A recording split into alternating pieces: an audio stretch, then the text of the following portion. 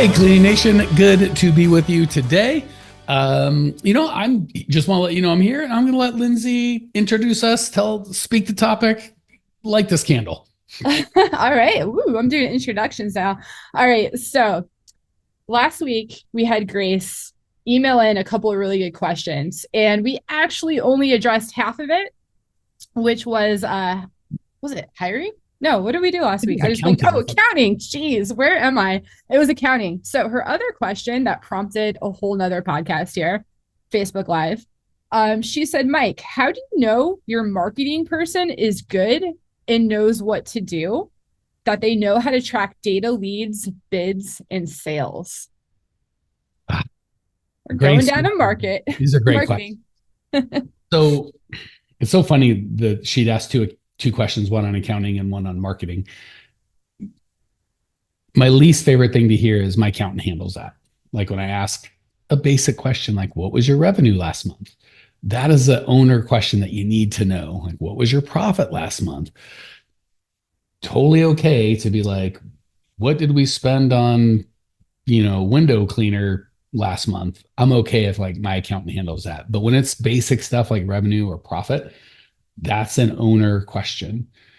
I feel very similar with marketing, right? Like and I think most of the time owners don't want to do it or they're afraid of it. They think accounting and marketing is like magic, or they'll say crazy things like, I'm not good at that.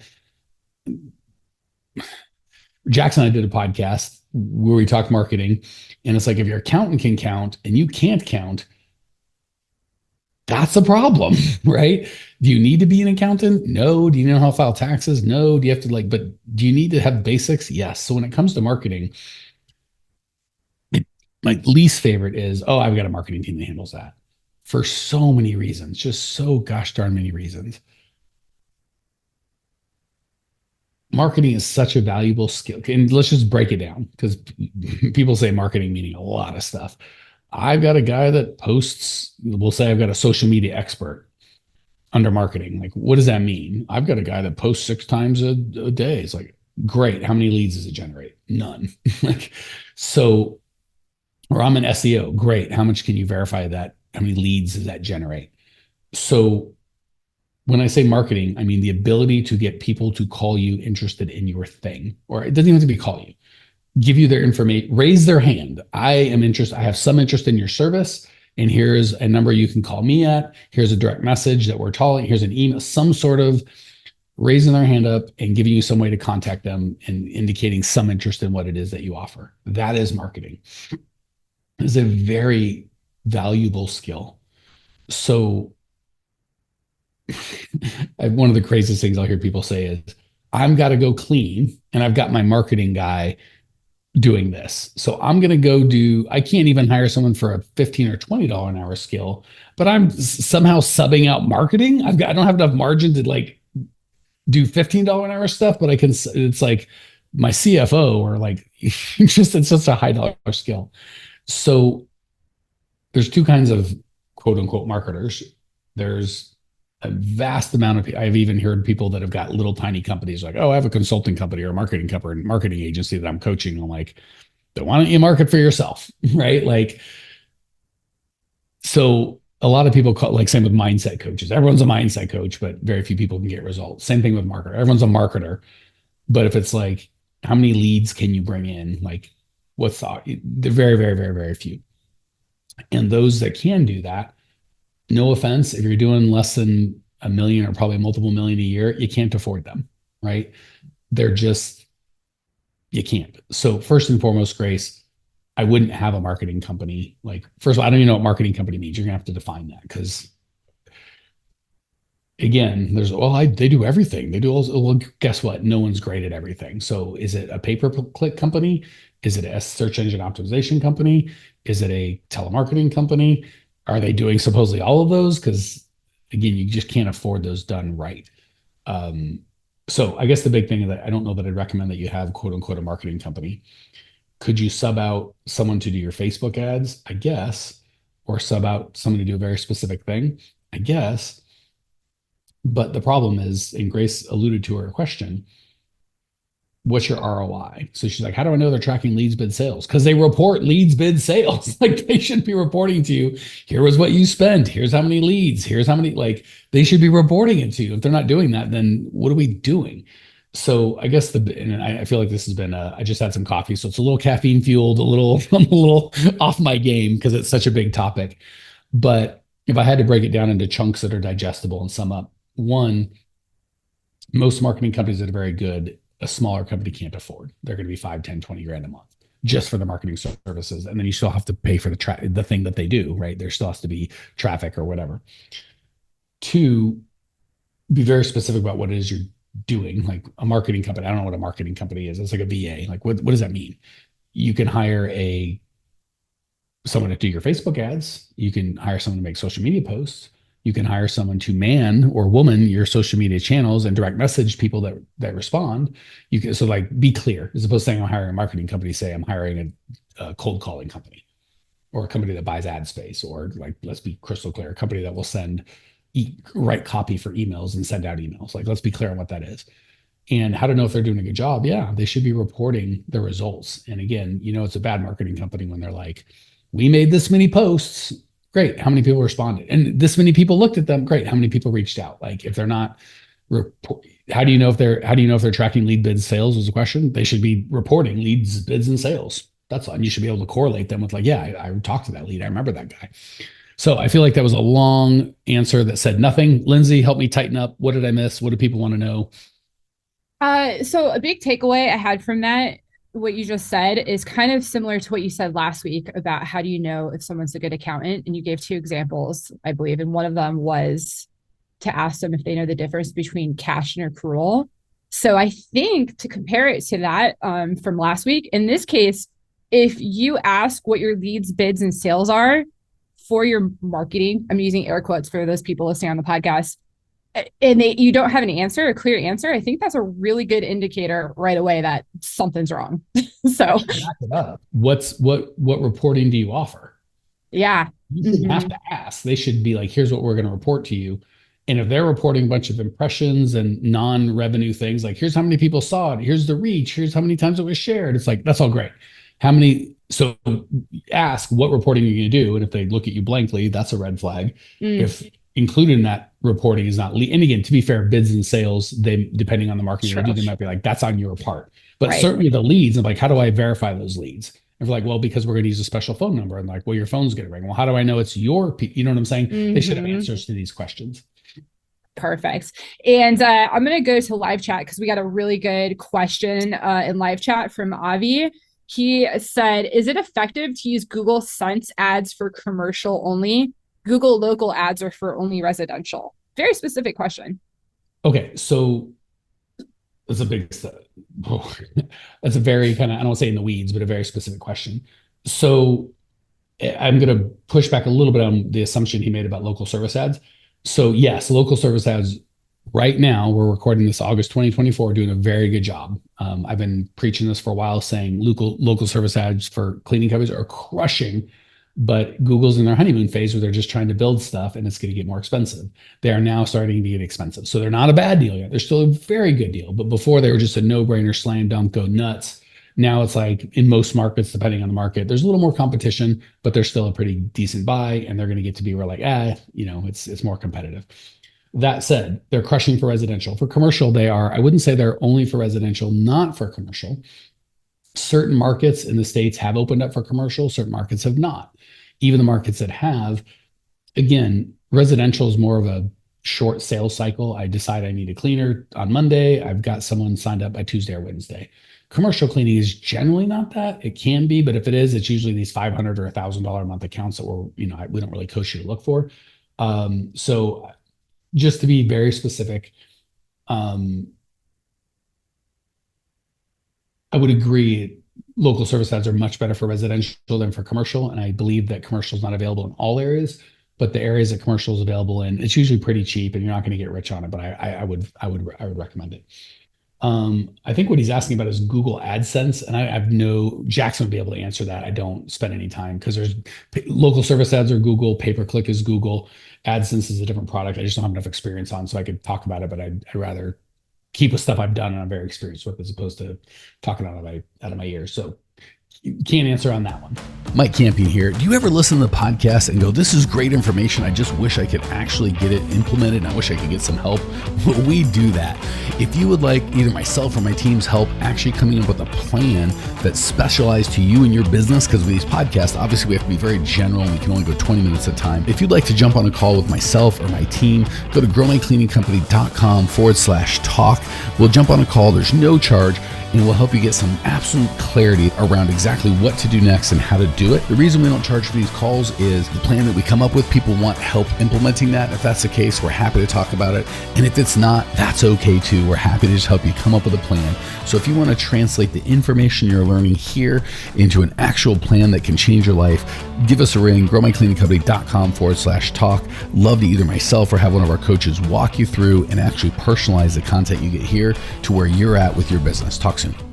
Did we have other questions? We do. So on the original Facebook post, I had a couple of questions come in and someone followed up. So, Avi said pay-per-click. That's what he meant, by the way. Okay. And by the way, I'm so glad that,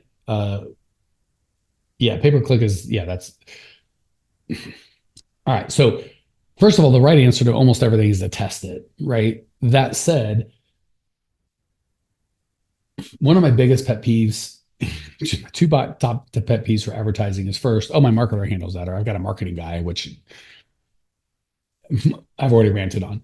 The second one is this massive hyper focus on media. Like everyone gets into like, is it pay-per-click? Is it Facebook ads? Is it radio? Is it billboard? Is like the media they get really into, and they miss who is it you're trying to sell to.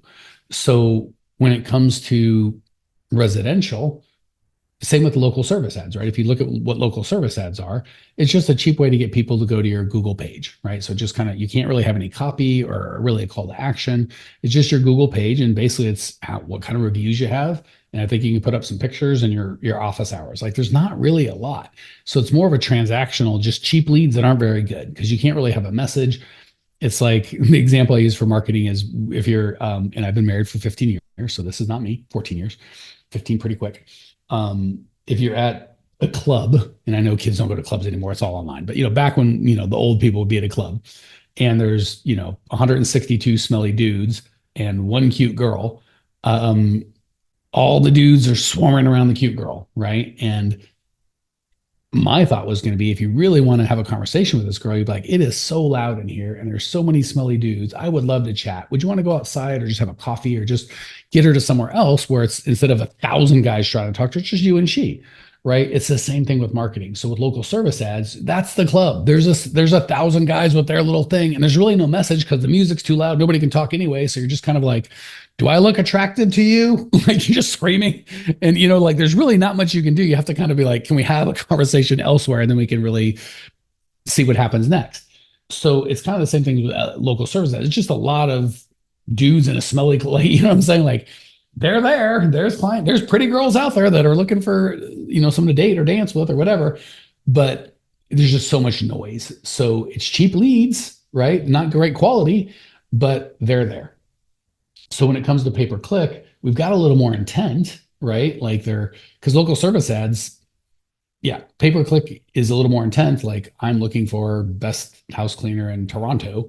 Well, the best house cleaners will show up. But again, it's kind of like the yellow pages, 27 different yellow, guys are going to show up. So there's just not a lot of opportunity to really market. My goal, my idea would be to show up where other people aren't.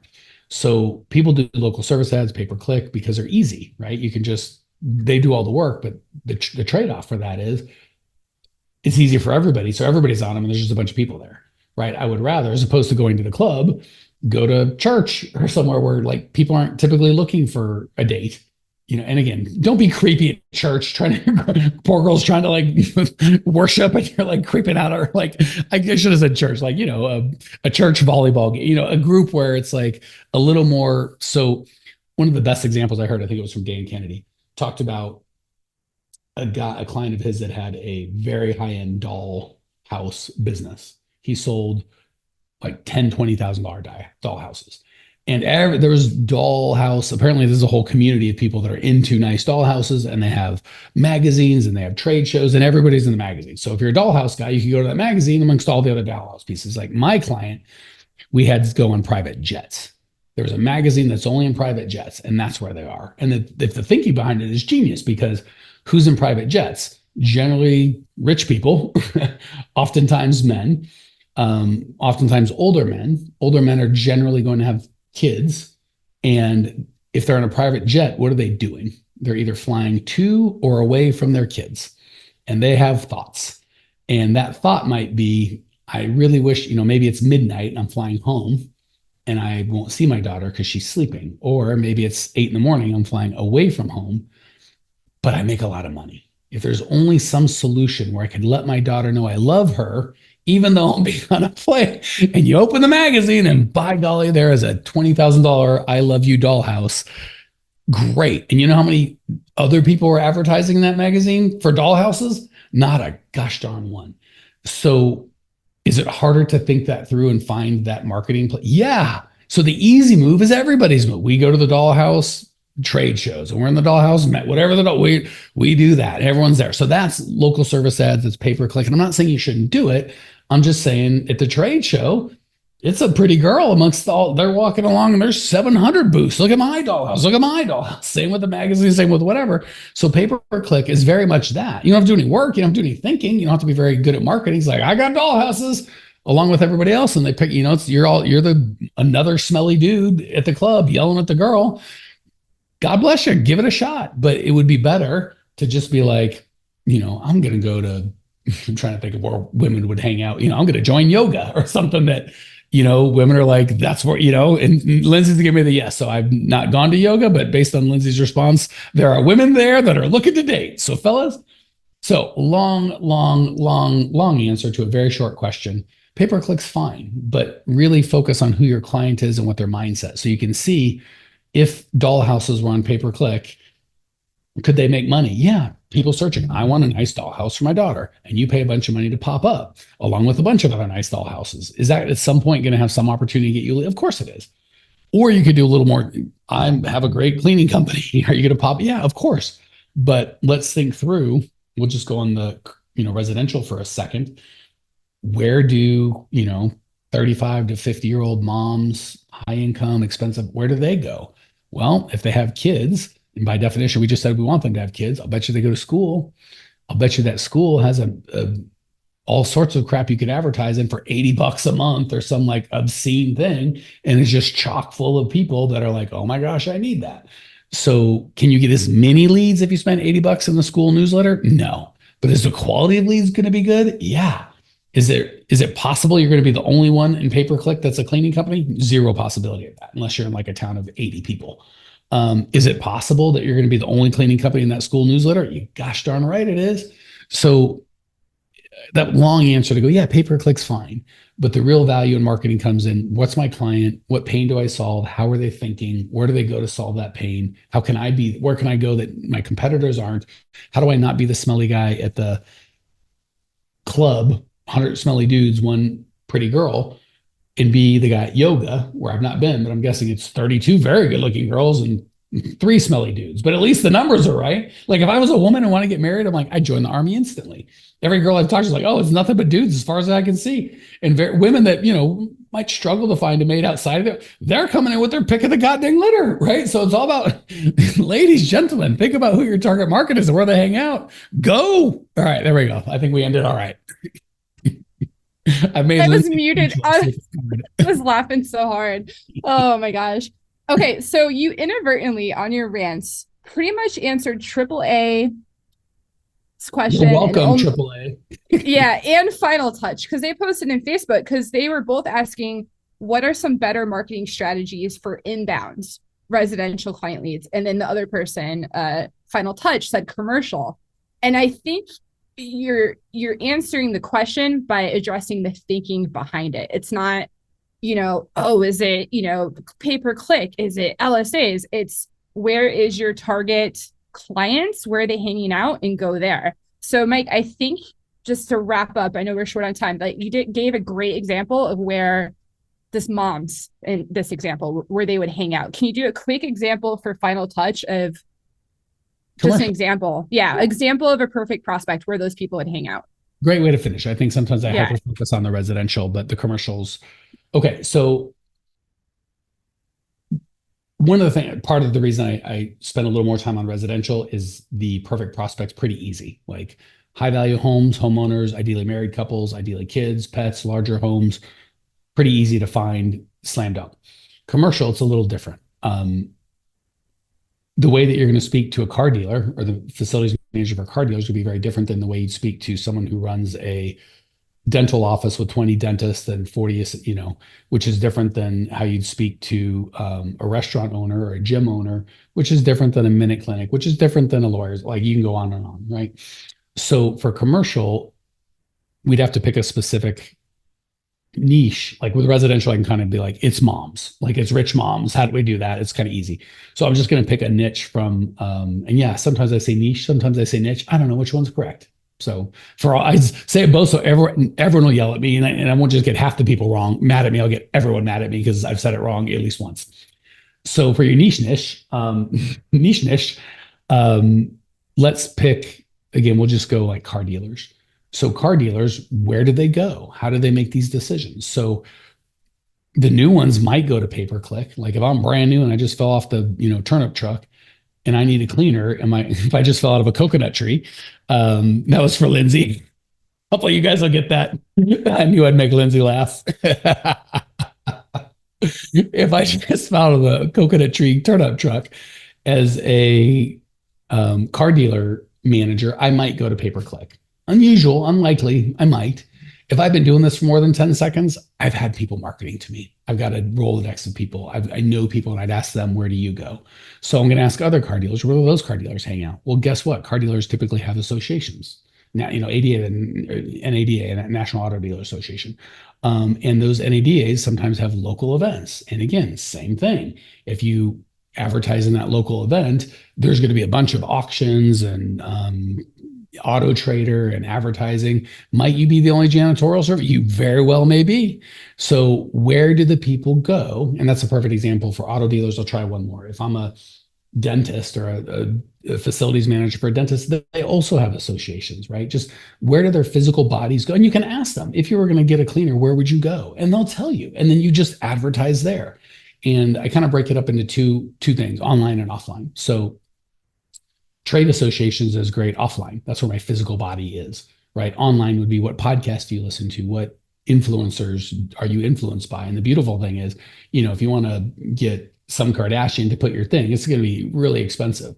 But the most famous person in the dental space, you can get him to read on his podcast pretty gosh darn cheap, especially if it's the most famous dental guy in your city. Right. If you're only in one city, like you can get if I want LeBron James to, wear my tennis shoe, it's going to be millions of dollars. But if I want a guy that was a huge college star, but has been out of the game for 2 or 3 years, but is hugely famous, I can get him to wear my shoe for a crap ton less.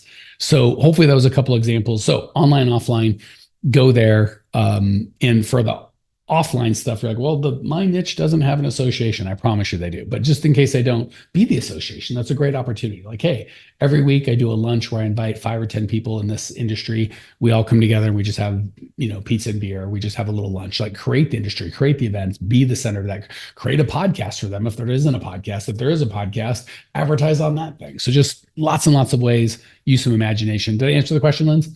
Definitely. Got it.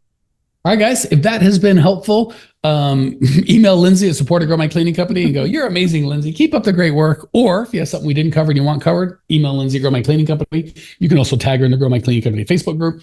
And if you want help, if you're like, I need marketing help and I need to learn how to market and this makes sense and I don't have to be the best at marketing, I just need to know how to market for owners of cleaning companies, feel free to shoot me an email, Mike at growmycleaningcompany.com. Reach out to us on Instagram. There's 1,000 ways to Google us. We're out there. Check us out. We'll see you there. Hey, Cleaning Nation, if you dug the content you just got, we don't do any ads and I don't sell anything on this podcast, but if you would just subscribe, rate, and review, it would be huge and I'd be so appreciative. Not only is it going to help me, but you'll help other owners of cleaning companies across the world work less, make more, and get profitable. So if you appreciate the value we give, again, subscribe, rate, and review. It would mean the world to me. I'd really appreciate it. And we sure appreciate your time and attention.